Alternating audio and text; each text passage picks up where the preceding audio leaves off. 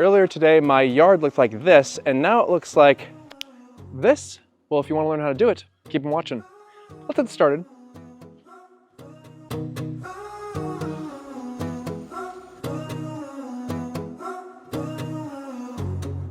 Earlier this year, I dug a massive hole in my backyard to put in some dry wells to hopefully prevent water intrusion issues into my house. But now that it's summer, I'm quickly realizing that this grass needs a full makeover. Not just the area that's completely bare now, but the entire thing. But in order to have a beautiful lawn extremely quickly, instead of seeding, I'm gonna go with this sod route. The grass as it stands has a multitude of different types of species in it, along with a lot of different potholes. And in order to make sure that removing the grass is a simple and straightforward process, since we have 1,500 square feet of it, I brought in some heavy-duty equipment. So I have completely removed a lot of sod by myself, by hand, and I know how time-consuming and exhausting it is. I did it for my front yard when the turf was installed, numerous different other projects along the way, and having a device like this will make life a lot easier on my physical well-being, as well as get the job done faster. So let's see how it does, and away we go.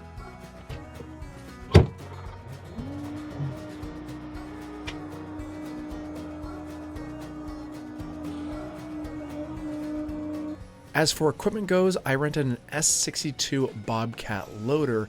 This is a perfect machine to utilize on a project like this because it is narrow enough to get into very tight-knit spaces and easy to maneuver around, but it has plenty of strength in order to remove all this grass quickly and efficiently. As you can see, I am dumping the majority of this grass into a hydraulic trailer, which will be extremely easy to not only put in, but also be able to get out once I go to the dump. However, if you have gotten rid of sod before, and that means especially when trying to dispose of it, you want it as light as possible, and that's where this rock bucket comes into play. I did rent this separately for this specific process, and that's for a number of factors. Number one, it can still easily remove the grass, as you can see here, but I can shake the machine, which releases the large majority of the dirt that's stuck in the turf. Now, you're obviously not going to get all the dirt out of this, and you are going to be dispensing some of the dirt, but the majority of the weight of the dirt itself is going to be removed before it gets to the trailer. And that's key, especially on your wallet. As a lover of construction and a proud father of two, anytime my daughter is interested in being a part of a project, I just have to say yes, just safety first. Are you ready? Yeah! Ready? Okay, we're gonna put this down.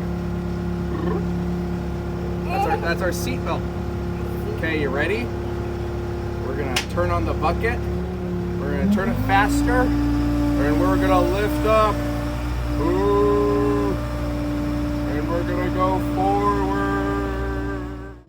Proud dad moment right there, because she was loving every single minute of it as long as she was safe in dad's lap. And yes, that was a tutu because she just got back from ballet class. But let's get back to actually ripping out all this turf.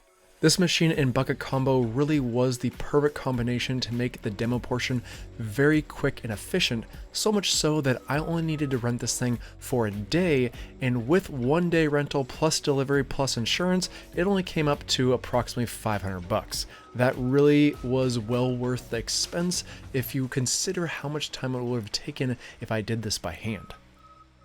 Another extremely useful aspect of this bucket is the sifting portion, because I'm able to sift through this soil and remove any large rocks, but I'm also able to sift and level out the area as well. And when I say level, I really mean flatten, because this ground might not be perfectly level, but I'm not going for that. I want to make sure it's as flat as possible, and this won't get me all the way there, but it will do a large majority of my work for me. Just make sure you keep a watchful eye on those sprinkler heads to guarantee they don't run right over it. I do my very best to flatten out this entire terrain with the Bobcat, but you're only going to get so close, but that's okay if it's not perfect, because we still need to till.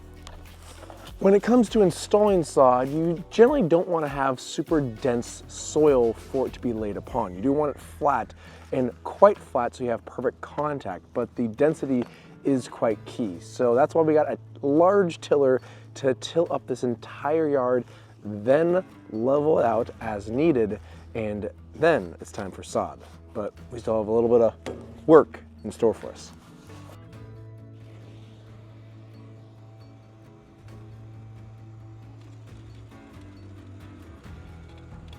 This is a 13 horsepower, 27 inch wide tiller, and the reason why I note the width on this portion is because I used a much thinner tiller when I first did this backyard renovation, and it took much longer to do. This guy was a workhorse, and I was quickly and efficiently able to go multiple directions all at once, along with doing multiple passes, while only having to rent this thing for a 4-hour period.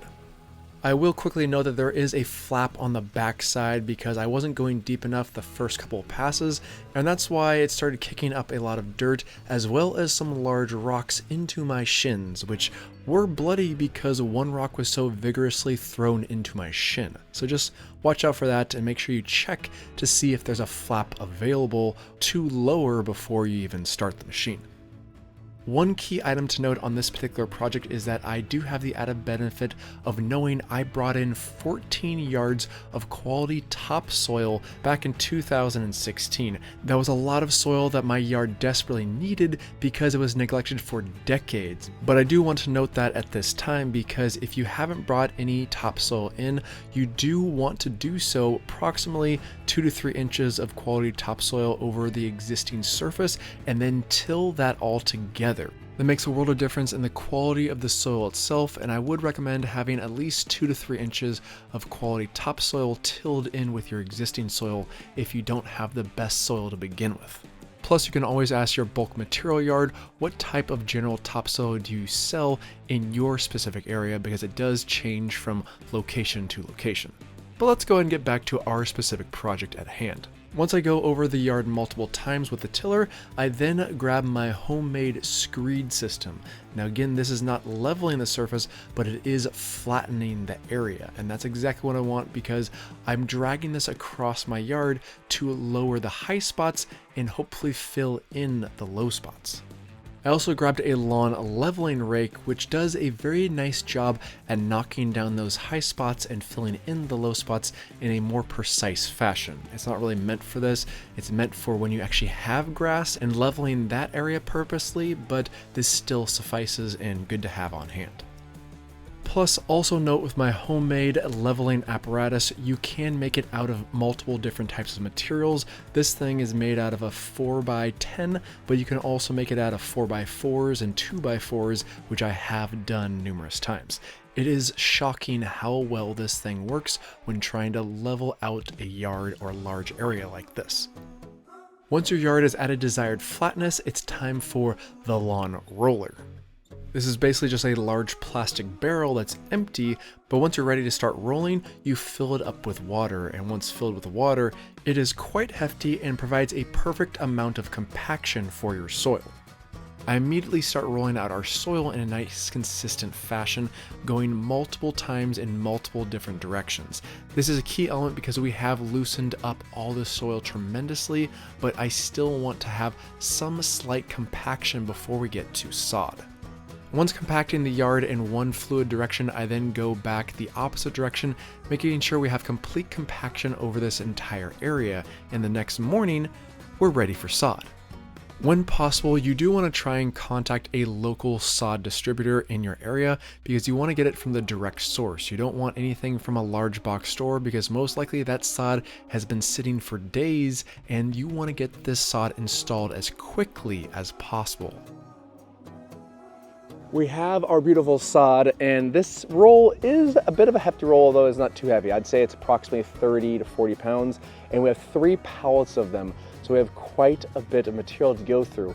Also note is you do really want to make sure you game plan for this because you want to make sure it's installed in the same day as well as installed within a 24-hour period once you actually have it on site. That's if it's in direct sunlight. If it's in the shade, you probably get away with 2 days, but you desperately want to make sure this thing gets down as quickly as possible before it dries out.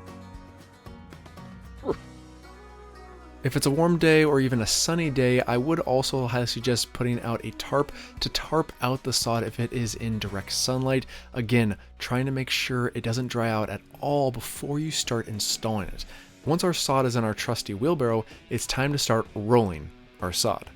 With any sod project, one of the most important parts of the sod installation method is the seams. You want to make sure that you have quality seam connection and getting as close as possible. We don't want to overlap the seams, but we also want to make sure that there's no gap in between those seams, along with guaranteeing that the sod is in contact with the existing soil. As you can see here, we are slightly above the soil on that left side, but with a simple love tap or love press, we're able to get that down nice and flush. One other item to keep in mind as a general suggestion is to try and moisten the soil first before you start installing the sod. Now I know it doesn't look like it, but I did spray down this entire yard the night before, but of course with my luck, this was being installed and one of the hottest days of the year in Seattle, but that isn't really saying much since it's only 75 degrees, and as you can see, it definitely dried out the soil even if I sprayed it the night before.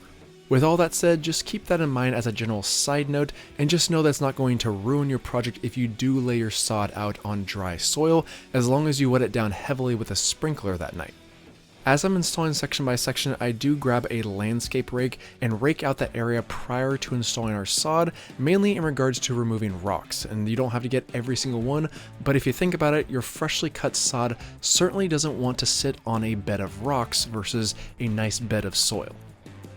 Keep that in mind. In terms of your starter row, you generally want to work off of an area that you know is perfectly straight. This retaining wall I know is very straight because I built it, but you can obviously go off of your house, off of a concrete porch or deck, and if you don't have anything straight to go off of, you can always set up a string line and string that across with a couple stakes, and that will give you a perfect line all the way across to follow. And speaking of stakes, I am placing a stake at the tail end of this yard for a separate upcoming project. If anyone wants to guess what this is, please feel free to leave a comment in the comment section, but it is going to be a fun, hopefully quick project, but more on that to come. As for this piece that I'm going to be cutting in half, I do take a tape measure and mark the exact halfway point on this piece of sod and then bring it in a carpenter square. Now this might be a little bit overkill, but I do want to have as close of a 90-degree cut as possible for these pieces because they will eventually be seaming up with another piece of sod. However, with this piece, it's just going to be my starter piece for the second row. And this is the key element when it comes time for pattern layout because you do want a running bond pattern. That means 4 corners will never line up with each other at the same time, and aligning 2 corners together is a lot easier than aligning 4 corners together at the same time. As I proceed to installing section by section by section, the vast majority of these pieces of sod are actually perfect as is. Some might be a little bit thicker than others, but that's not a big deal to me. It's more about the seams and making sure that each seam is cut appropriately and seams up well with the one right next to it. Eventually you're going to come across one that doesn't have a perfect 90-degree angle cut or doesn't line up appropriately with the one right next to it. And that's where our carpenter square and utility blade come into play because they make quick work of making that uneven cut more even, and once you cut and remove that excess, you're easily able to join those 2 pieces of sod together and make it a much more smooth transition between the 2. As I continue the sod installation, my main focus is still all the seams that are lining up appropriately because I don't want to see those seams long term. In order to flatten and diminish those seams as we go, I do grab my hand tamper and tamp down those areas as well. I don't know if this is a general practice in professional sod installation crews, but this is my backyard and I want to make sure that I do my best effort with trying to get each one of these seams as perfect as possible the very first time. First couple of rows in, looking good, but if there's a testament to anything in regards to how comfy it is Kona. Oh, so comfy. Someone is enjoying it, that's for sure. Hi, buddy. I know, you love it already. I know, we have so much fun in this, so much fun. As you can see, Kona truly was enjoying himself on this project, and it really is fun to look back upon when I first started the channel back in 2016, doing the grass, then getting Kona back in 2017, and unfortunately we didn't know how much of a digger he was until we brought him home from the pound and realized, uh-oh, there goes our grass, because he ripped out my sprinkler system numerous times from digging. Luckily he's out of that phase now, and I installed a brand new sprinkler system. A smart home sprinkler system called Irrigreen, which literally calculates and determines exactly the shape of your yard through their inventive app. That way we guarantee that no matter what the shape of your yard is, it's still calculating for the appropriate size, and you're not wasting water as you would normally do with a normal sprinkler system due to overlapping or overshooting. I'm truly impressed with the Irrigreen system that I installed last year, and I'm excited to say that they are the sponsor of this week's video as well. They continue to support content creators like myself, so please, if you're interested and need a sprinkler system, check them out in the link in the description box below. As for this project, we had to lower the sprinkler head due to the overall height that was changed during the demo portion of this project, which was easy enough with a shovel and removing some of the excess underneath our sprinkler head.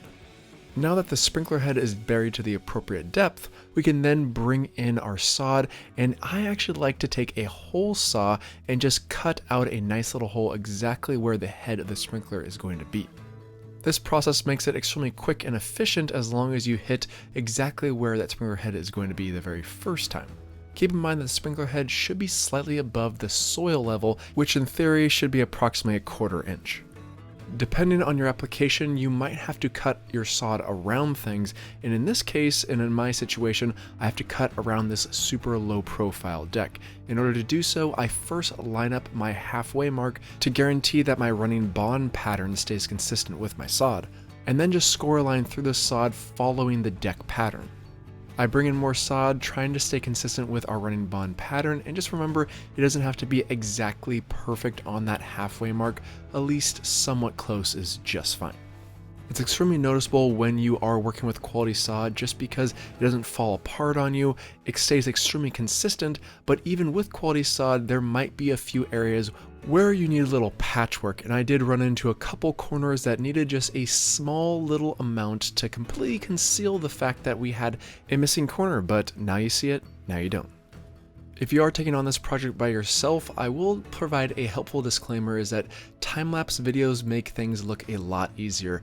This took literally all day to do, and my body was definitely feeling it because we moved over 5,000 pounds of sod for this one project. Pretty amazing, but it was all worth it once I saw my daughter's face and the joy and excitement she had when she came home to see what crazy endeavor Dad has taken on today. But I can only get distracted for so long because we still need to finish up this amazing yard, and I did take my tamper around the corners of this area just to make sure that we had a nice flat surface and terrain to lay our final piece of sod across our concrete patio. But just like most sod installation projects, you are going to have to cut off some excess, so in order to lay this sod perfectly snug against the adjacent pieces, I actually went onto this area of sod. I was trying to work off of the dirt for the vast majority of this installation just to make sure that I wasn't disturbing any of the sod that I had previously installed. But in this application, I felt that it was best to actually lay upon the sod in order to guarantee that it wasn't moving during the cutting process. In terms of general time period when you want to install your own sod, I have heard that fall is a perfect time to install it. Generally speaking, you don't want to install sod in the hotter months, especially if you're in very hot climates, but I'm up in Seattle and therefore we are still getting rain, and we're lucky if we get to 75 degrees right now. So you want to keep that root system continuously moist for at least a couple of weeks. Generally speaking, you want to water your sod 3 times a day for the first week, 2 times a day for the second week, and at least once a day for the third week. And that's obviously taken into account if it's not raining outside. So please keep that in mind and use your better judgment depending on what type of weather you're working with. We have done it. It's rocking and a rolling, baby. Woo! Party. We did it. We did it. We did it. We certainly did do it on this project, and I can't imagine a more perfect lawn for my kids to play in this summer. It's been a little while since I posted a video, and that's mainly because I wanted to give this grass a couple of weeks for it to fully grow in, just to see if there was going to be any issues. Obviously, as you can see, there are still a few lines you can see in the grass, but those will tend to fade away over time and barely noticeable when you're actually standing on the grass. But no matter what, this is still one truly beautiful, sexy beast of a transformation. Oh yeah,